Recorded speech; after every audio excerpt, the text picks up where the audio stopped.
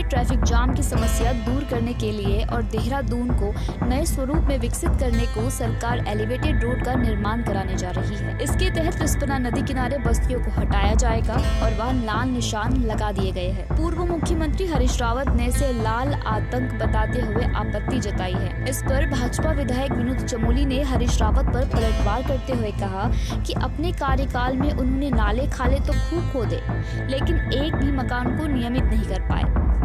देखिए, हरीश रावत जी जो कहें, अब उनकी बातों का अगर जवाब देंगे तो बहुत नीचे स्तर पर उतरना पड़ेगा। वो मैं चाहता नहीं हूँ। वो प्रदेश के बहुत वरिष्ठ नेता हैं, मुख्यमंत्री रहे हैं, और ध्यान में होगा मैं उस समय मेयर था, और जब वो अपने मुख्यमंत्री काल में बहुत नाले खाले कूदे हैं उन्होंने। उसके बाद 3 साल तक वो मुख्यमंत्री रहे, उन नाले खालों के लिए क्या उन्होंने किया, कम से कम इसका जवाब लोगों को दे दें। उन्होंने मलिन बस्तियों को नियमितीकरण के नाम पर एक भी मकान को नियमित नहीं कर पाए देहरादून के अंदर। ये उनकी स्थिति रही। एक अधिनियम भी लाए, उसके बावजूद कुछ नहीं हो पाया। तो हरीश रावत जी के जो आरोप हैं, उन आरोपों को बहुत गंभीरता से नहीं लिया जा सकता है।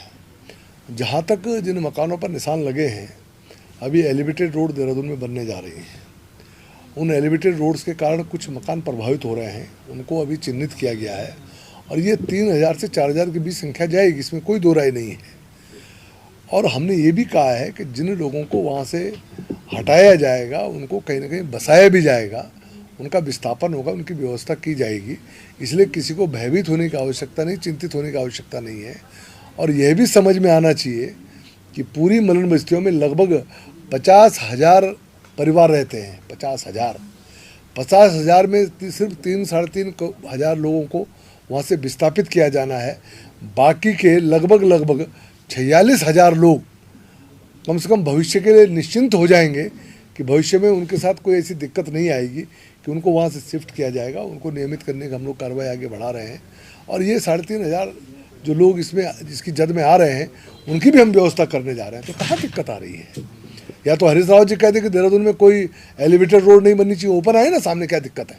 विरोध करें हमारा कि देहरादून में ट्रैफिक सिस्टम ठीक नहीं होना चाहिए, देहरादून में एलिवेटेड रोड्स नहीं बननी चाहिए, लिंक रोड्स नहीं बननी चाहिए, देहरादून को बेहतर नहीं होना चाहिए, शहर को व्यवस्थित नहीं किया जाना चाहिए, ट्रैफिक ठीक नहीं होना चाहिए।